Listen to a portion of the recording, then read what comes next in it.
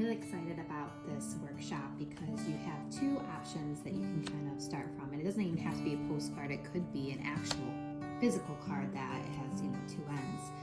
But I actually am probably going to focus more on the tag. I have a really large one today. And I'm going to start by just collaging things in the background. So just to kind of get a foundation of the artwork. I did save some time and cut some of these pieces out beforehand, but I did not really figure out where I want to place them. So I'll kind of talk that out with you.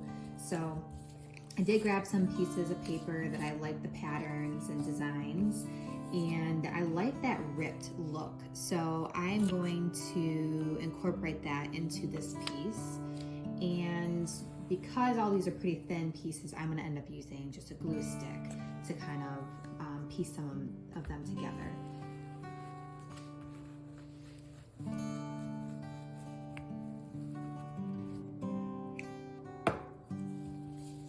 My favorite thing about doing cards is that there is no wrong way of doing them.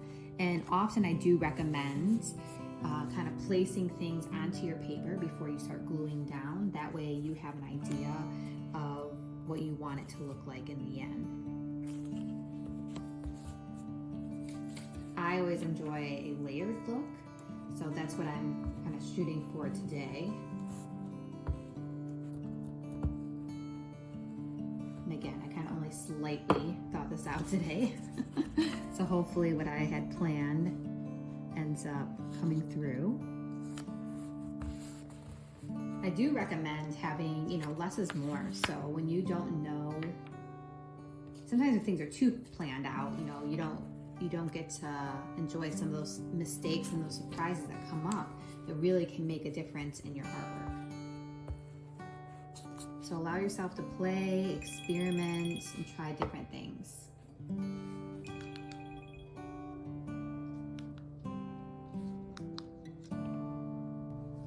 So now that I've got all of my paper down, I'm going to begin with stamping.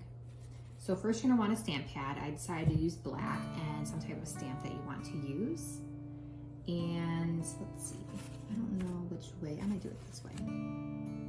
So first you wanna make sure that your stamp pad has enough ink. So a good way to test is by tapping your stamp onto the ink pad and see if there's pigment that comes up. I have a nice amount that's coming onto my stamp. Sometimes people like to pat it off just to see.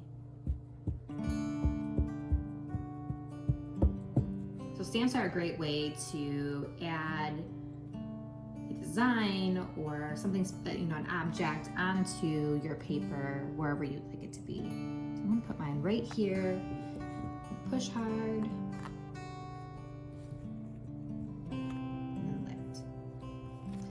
And then if you want to clean it off, a lot of times you can take a damp paper towel and kind of rub it off. Mine's coming off pretty easily, so I may not have to do that. So that's my stamp for this exercise. And you can put as many as you want or whatever you have available. There's no limitations. So next I'm going to use an embossing tool.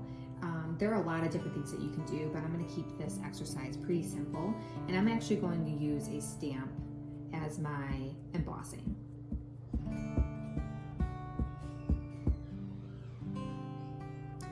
So I'm going to put it right here. And then while it's wet, you're going to want to add your embossing powder.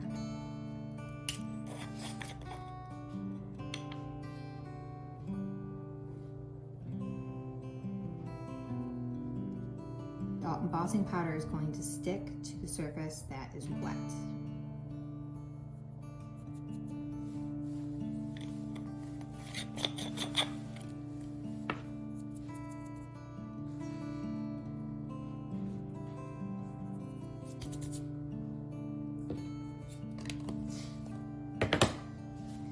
Now I'm going to let it fall off.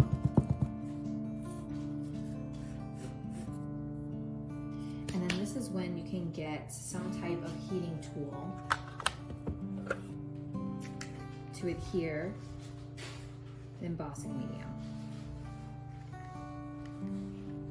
So I'm going to actually use a heat gun. You can use a blow dryer, although I would say heat gun is more effective because you're not having that air components, but a blow dryer does add some heat.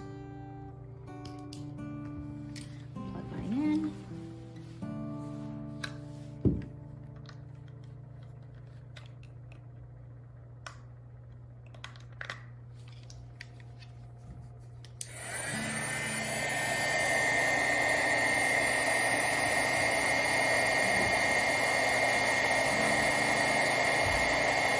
What's nice is you can use this and do as many layers as you'd like.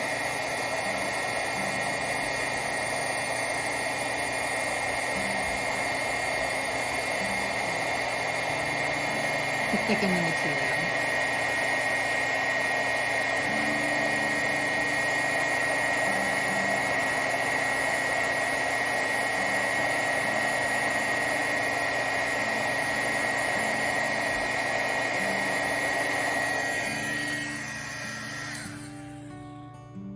Another thing you can do is add some watercolor to your piece. Now I'm going to use this postcard here just to give you a visual example. But there's two kind of strategies that I like to use. Because I have a background already on my piece, I'm not going to do one of these techniques because it's not necessary. But often you can wet your paper, and if you use like a fatter brush, you can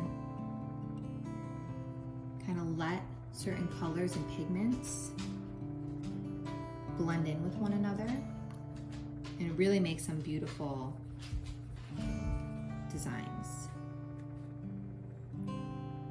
Now you can use that and let it dry and create, you know, a little bit of a background for your piece, or you can use a tighter brush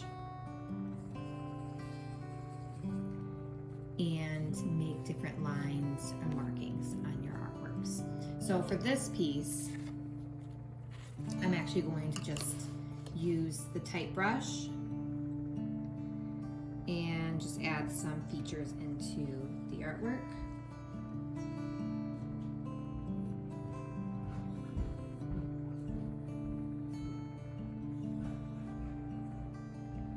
What I love most about watercolor is that it allows you to add different patterns or designs, and it has that see-through component.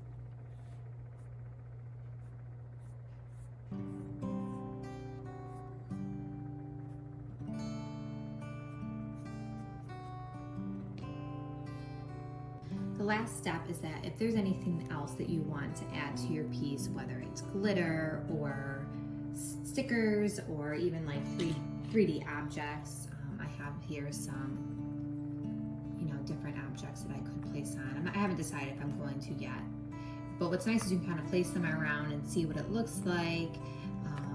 And once you kind of find the right spot, if it's something thick like these objects, then I would recommend using a hot glue gun.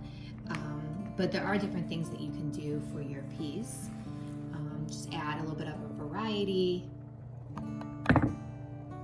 And again, there's not a wrong way of creating. So this is what a tag could potentially look like, or maybe even a postcard. And a lot of it could even vary upon who you decide you want to send it to, or if there's a certain theme or idea in mind. So I hope that this video gave you some inspiration of different things that you can do for your tags and postcards. Hope you enjoy.